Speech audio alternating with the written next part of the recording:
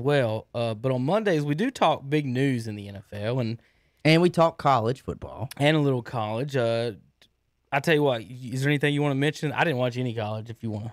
The University of North Carolina is 5th in the nation now. Yeah, I saw that. And I'm fine with it. I'm fine with it. I'm fine with it. Georgia is 3rd. I'm fine with it. But that is a matchup I'm so excited for. Saturday is Georgia-Alabama, 2 versus 3. You don't get this every year because why is no one in college football playing defense? Dude, nobody is. That's what I'm saying. But think about it. Nobody is at the NFL. Nobody is at the NFL level either. And that's just what's so crazy about it. Every single game in college football seems to be a shootout. We used to think it was nothing but the Big 12 that did nothing but shootouts. The defense was nowhere, non-existent. Now everybody's in a shootout, it seems like. The SEC isn't even playing that great of defense. The best defense in the SEC right now, eye test wise, tooting my own horn, is the University of Georgia. Those Bulldogs are fast. They fly around the field, front 7, back 4, however many there are, whoever you want to pick on that defense for the University of Georgia. They fly. Not only that, they're ball hawks.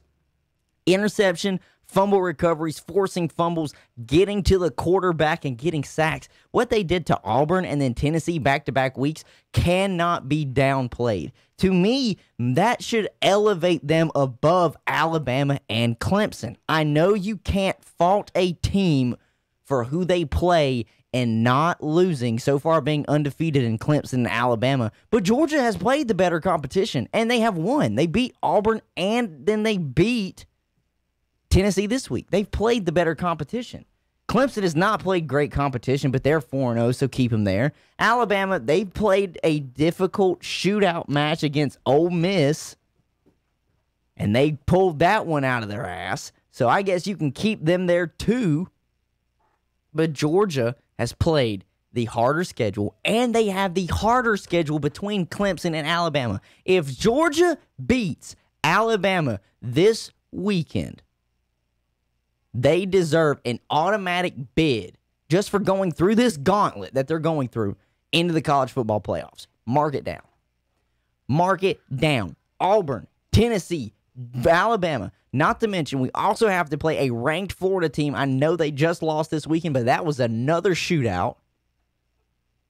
But this is, he brought up, nobody's playing defense, and I don't understand really why.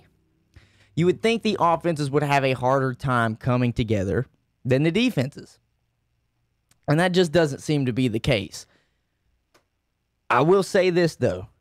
The SEC is wide open for everybody else to come in like 3rd or 4th. I think 1 and 2 is solidified. I think it's going to be Georgia or Alabama, because even if Alabama or Georgia loses this weekend, either or, I see them continuing to beat the other teams in their division and who else they have to play. So to me, everybody else, though, it's up for grabs who wants to come in 3rd or 4th in the SEC. Seriously, that's just how I feel. I'm watching Florida, and then they look dangerous for their first 2 games. And then the game they played Saturday against Texas A&M, their defense was just abysmal. Now, their quarterback, I'm not going to lie. I don't know if it's taboo or if people just don't do it. It's frowned upon to put a quarterback in the Heisman hunt, even though they have a loss on their record. But so far, Trask would be the number 1 pick for me to vote for Heisman. I know what Trevor Lawrence can do, and Justin Fields isn't even playing right now, so he's out of the loop. Kyle Trask, 6'5", 240 senior for the University of Florida. He is playing out of his mind. 71% completion percentage. He's almost already got 1,000 yards through 3 games. They're 2-1. I know that. He's got 14 touchdown passes to 1 interception. Right now, Kyle Trask is my favorite out of all the players in college football right now to lead me on the Heisman race. That's me. I've watched him play his first 3 games, and even though they lost in this game against Texas A&M, he didn't have a turnover, but he did have 4 touchdowns. The kid is electric. I mean, he knows exactly what he's doing, and I think he might be playing himself into a high pick at the quarterback position at the next level come the NFL draft. I don't know if he was on anybody's big board or prospect list going into the NFL next year, but what I've seen so far, he's up there for me. I don't see any problem with how he throws the ball. He's not been a turnover machine against SEC quality opponents. I know they lost to a ranked Texas A&M team Saturday, but still, for you to go through 3 games, 14 touchdowns, and 1 interception, and almost 1,000 yards passing, I'm going to give you the nod. I think he deserves to be on big boards come NFL draft. Doesn't have to be over Trevor Lawrence. Doesn't have to be over Justin Fields. Doesn't have to be over the quarterback from North Dakota State. Can't quite remember his name. But Kyle Trask, his name should be in discussion going forward. Now, Kevin makes a very good point. I'm just looking at some of these top 25 matchups. 41-38, 56-45, 45-41, 22 Texas, that was their rank. 45-53. Georgia scores 44, they only allow 21. BYU scores 27. Iowa State scores 31. Auburn scores 30. Clemson scores 42. And Alabama scores 63. And Notre Dame scores 42. No defense was played in any of those. In some of those games, in the top 25 matchups that I can just both ranked opponents were playing, A&M scored 41. Florida still scored 38. UNC scored 56. Virginia Tech still scored 45. LSU in a loss scored 41. Missouri scored 45. Red River rivalry, 4 overtimes. Texas 45, but Oklahoma 53. I got one for you. Go ahead. Somebody play a little defense this weekend. Did Kentucky? I did not see Kentucky. Look that score up. I did not see Kentucky. It's the weirdest football game I've ever seen. Once you find it. Another. We will see. What is this? You'll find it. I know I'll find it. I'm trying to think if this was last week's scores. What I'm looking at. Is this gonna have me? No, not top 25. Let's do the SEC. So Kentucky, you are telling me, played defense. Yes. In a week where nobody played defense. Yes. They did. Wow. They won 24-2. Against who? Against Mike Leach and Mississippi State. The air raid offense got shut down. After beating who? LSU. I know. They put 40-something on LSU. Oh, not to mention South Carolina scored 41. Vanderbilt only scored 7, so they played defense in South Carolina. They sure did. Other than that, everybody else in the SEC played no defense.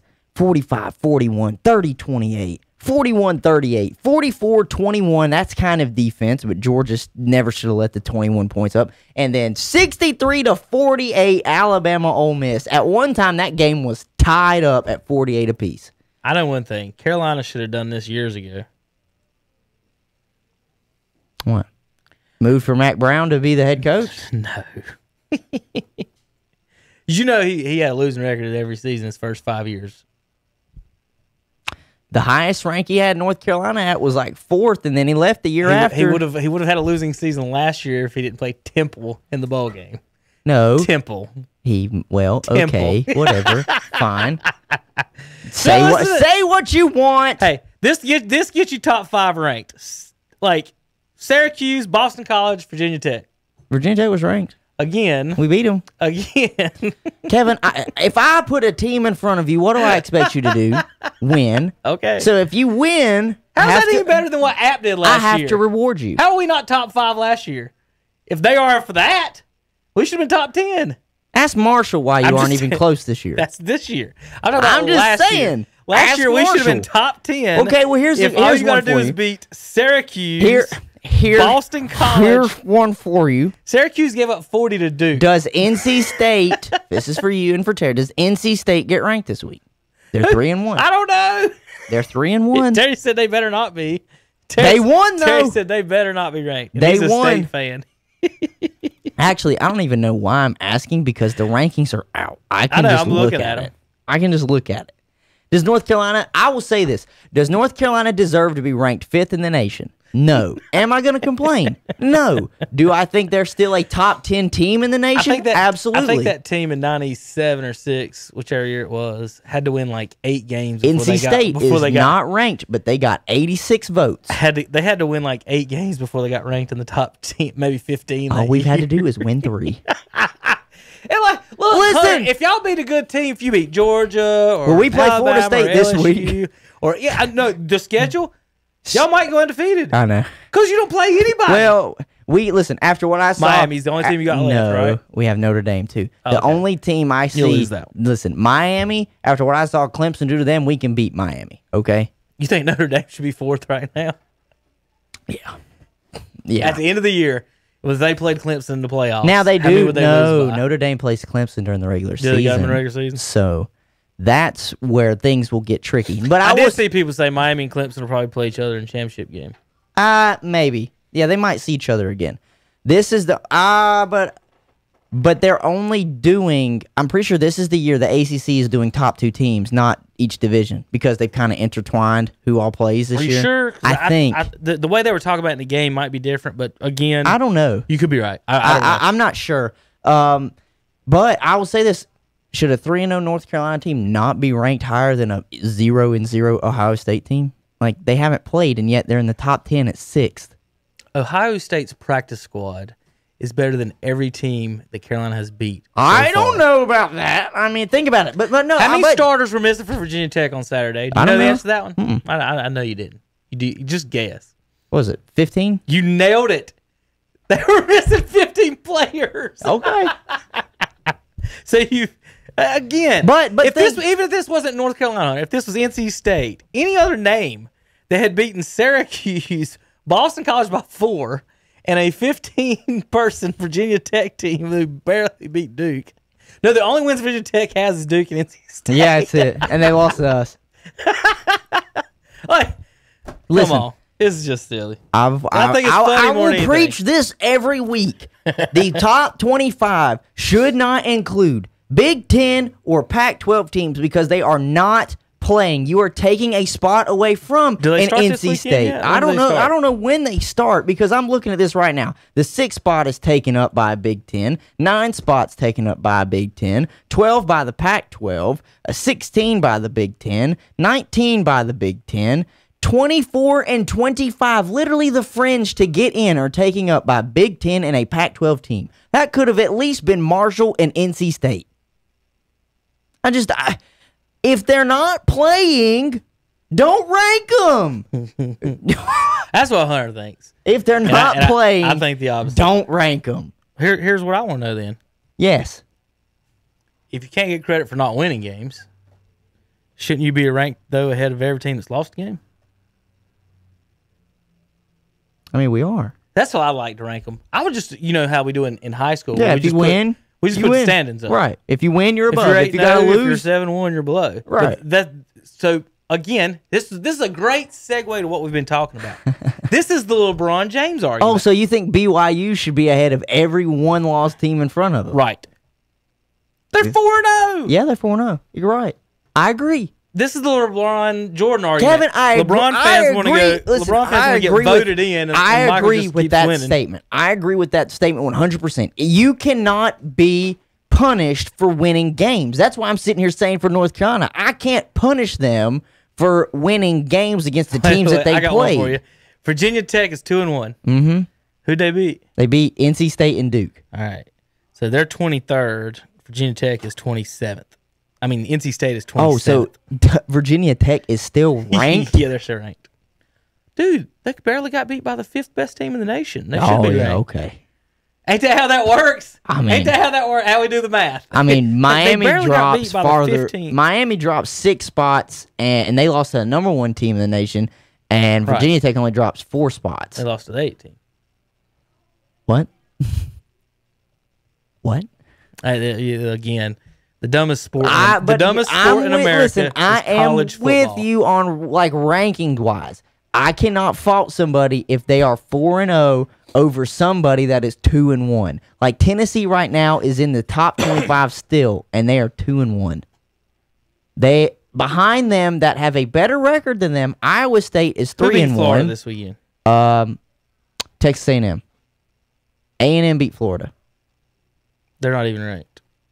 Yeah, they are. A&M's 11th. Florida's 10th. They're literally right next to each other. How are they below them?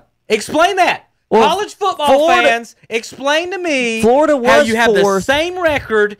I beat you, and I'm ranked below you. Florida was 4th. Who cares? They dropped 6. That doesn't match just opinions. Texas A&M was 21st, and they moved up 10. But like they act like you have, like Terry was saying, like, how did they jump those? And I'm like, Terry, these are preseason opinions. Right. These aren't set in stone. Like, but now these are set in stone. That's what now. But that's when the voters do that. We're like, well, you can't jump them. Well, hey man, if it makes you feel any better, who the coaches cares? coaches think North Carolina are 6th. It's your ballot. Coaches think we're 6th. It's fucking stupid. I don't understand. Oh, okay. In the AP top, in the Associated Press, they give Georgia 1 vote to be number 1, and the coaches did not. They gave 2 votes to Ohio State, who ain't even fucking played. They haven't played. And Georgia is going on week 3 of facing a ranked opponent. What more do you want? And not only that, Georgia has to play Florida as well coming up. Let me pull up Georgia's football schedule because, oh my God, they should be ahead of everybody. They play Kentucky after Alabama this weekend, and then that's an unranked team. Then they play Florida. So in a span of 1, 2, 3, well, let's start just at the beginning. Y'all might be number 1 if y'all would beat Charlotte. 4, 5, 6. Yeah, probably. In a span of 6 weeks, we play 4 ranked opponents. Some people don't even see 4 ranked opponents in a season. You talking about Georgia? Yes, we see that. Georgia's got way tougher schedule than Carolina. Than Carolina and Clemson. And Clemson's sitting at 1. Yeah, Clemson played Miami this weekend. Well, they just showed you they were frauds, okay? You just knocked the damn brakes off of them. And I said this, seriously.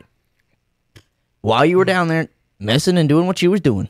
And I had my moment. I forgot what I went down there for. Oh God! And then I had to come down here and get your charger. It was my charger. I looked at my phone and I had like 1%. While I had my moment talking to the people, I said, "Look, if Georgia beats Alabama this weekend, they should go ahead and just stamp them in the college football playoffs. Whether or not they have 1 loss on their record, whether they do lose to Florida, you know why? Because then we just went 3 straight weeks against not just a top 25 opponent, a top 15 opponent with a victory. Just stamp us in because we'll have a better resume through those first 4 games than Clemson will have, than Alabama will have if we do have a victory because they'll have a loss on their hands, than Florida and Ohio State could even think about it. Just mark it. Seriously, do me a favor and just mark them in there. I hate rankings. It's so stupid. Well, I hate rankings when it comes to this because there are too many teams to try and rank. What if they Seriously, just did there is. Just the 10? If they did just 10, here's the thing. This is why I have a problem with it. Because you only need how many for the playoffs? 4? So why do you need more than 10? That's double and a half. I know. This is what I have a problem with college football. We have too many teams that we have to try and keep up with to try and rank. That's why, to me, it's okay if you like multiple teams because, for God's sakes, there's like 120 of them. Like, who cares? In the NFL, you have your 32. Okay. You could literally do a 1 through 32 ranking of them. We do it. But there's not 120 plus and 5 different conferences and everybody this and that. No, there are 2 divisions, NFC and AFC. If you got a good record in both of them, you're at the top. If you have a bad record in both of them, you're towards the bottom. So, to me, it's the fact that there are just so many variables that come into play for college football in their rankings.